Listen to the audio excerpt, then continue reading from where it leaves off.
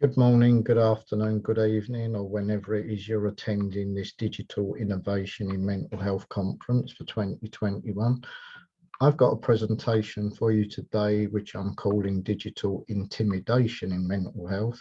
I'm Brian Page, I'm the founder of Aquarius Mental Health Solutions. So who am I? Well, I am a mental health advisor and a qualified instructor and assessor. So my role for Aquarius is to deliver certified courses and bespoke presentations in schools, colleges, workplaces and sports clubs.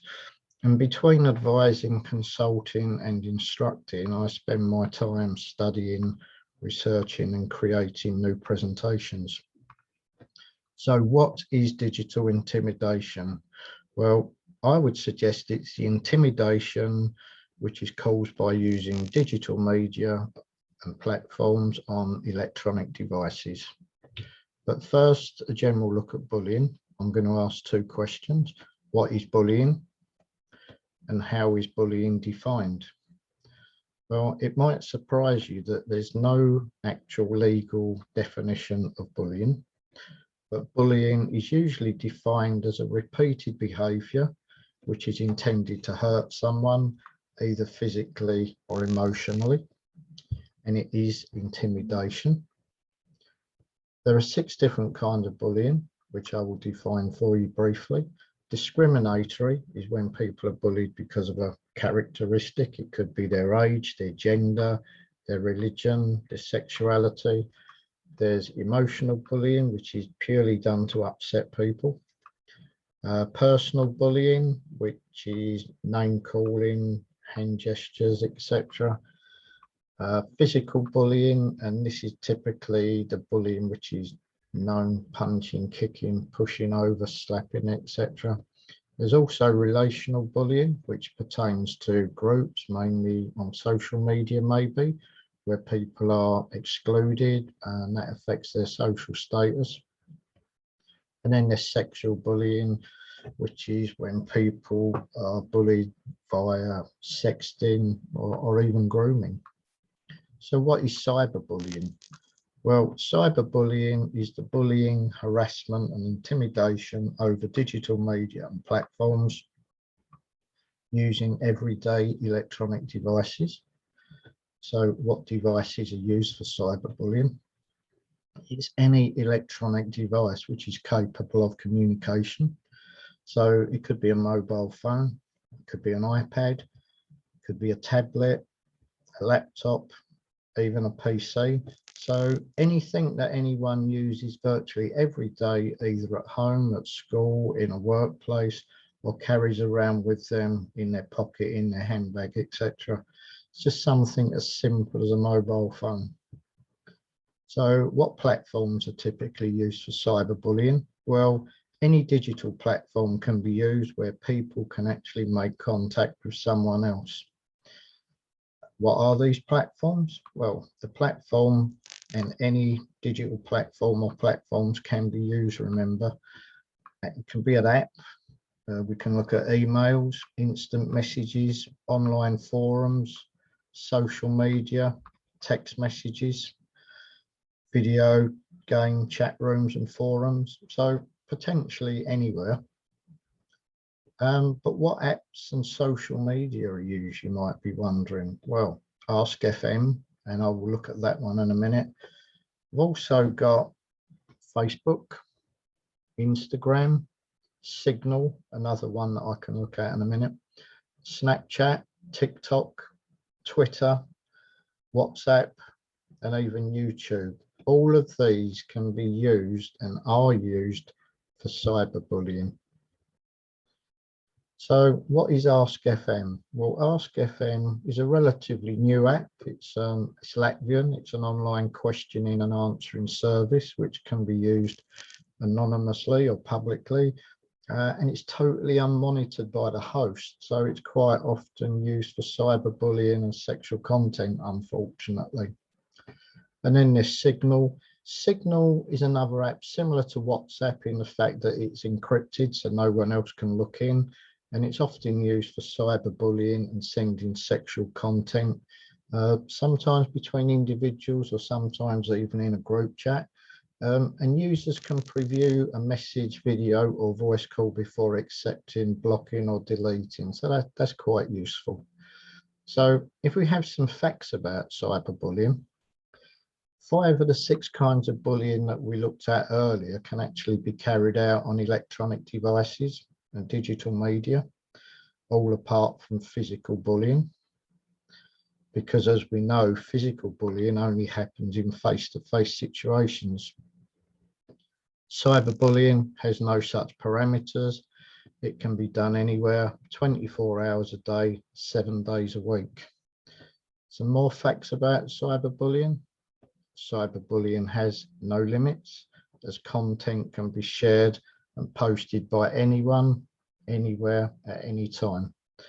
So the victim can have an infinite amount of bullies or perpetrators, with the majority of them being unknown.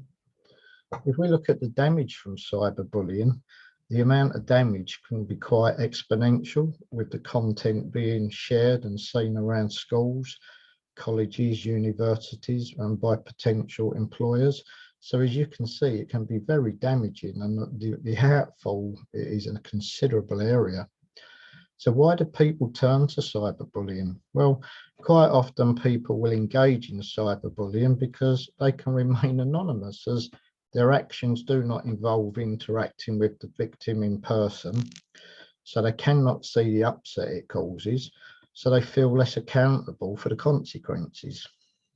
So if we look at a few methods of cyberbullying, flaming is when people get drawn into heated arguments in an online forum, maybe in front of a public audience. Happy slapping is sharing and publishing incidents of victims being assaulted, usually unknowingly. And outing, which is publishing and sharing private information, possibly of a friend of yours, such as outing a person's sexuality before they're ready to tell people about it themselves. So the extent of cyberbullying, well, we know that 45% of children and young people are thought to have experienced some kind of bullying by the age of 18, which equates to almost half of our 8.9 million pupils, which are spread over 24,000 schools. And 70% of young people between the ages of 13 and 22 have actually been the victims of cyberbullying, meaning 5.43 million young people have experienced bullying by digital and electronic media. The explicit side of cyberbullying, about 60% of young people between the ages of 13 and 18 have been asked for a sexual image or a video of themselves, or have been used in what's known as revenge porn. The daily effects of bullying and cyberbullying, well, 1.26 million young people, okay, over 1.25 million young people are subjected to cyberbullying on a daily basis. And in any one school day, 16,000 young people are absent from school due to bullying. So if we look at the knock-on effects of cyberbullying, 83% of young people say that bullying affects their self-esteem. Low self-esteem can result in self-harming and may lead on to suicide. Self-harming is a major risk factor when it comes to suicide in young people. And there are 200 young people that die from suicide every year. That's on an average of 4 a week. Other knock-on effects of cyberbullying, well, there's 3 main reasons for suicide in young people, and they are academic pressure, parental pressure, and bullying. And academic pressure and parental pressure seem to be seasonal around exam time and exam results time. Bullying all year round, no escape from bullying or cyberbullying. So how to prevent bullying? If you can set ground rules for the use of technology for your child on their devices, keep the devices accessible with parent known passwords, Monitor online activity and respond and report any instances of cyberbullying as soon as you can. You will get support through the school's anti-bullying policy, and you must try and increase your child's self-esteem to become more resilient. Bullies pick on vulnerable people, normally people with low mental resilience and low self-esteem. Encourage more effective communication. All parents should encourage effective communication with their child across a whole variety of subjects. You know, bullying and their use of social media should just be one of the things that frequently comes up in discussion, and to enable their child to be able to communicate with them more effectively, and to help the child to block contact with anyone that tries to bully them on social media. So how safe is your child when using their electronic device? Could they be one of the 4.5 million young people that are being cyberbullied? Or are they actually one of the unknown number of cyberbullies? I will leave you with that thought. If you're interested in contacting Aquarius Mental Health Solutions for anything, I'll leave my details here on the slide below. Okay, thank you very much for listening to this presentation. Bye.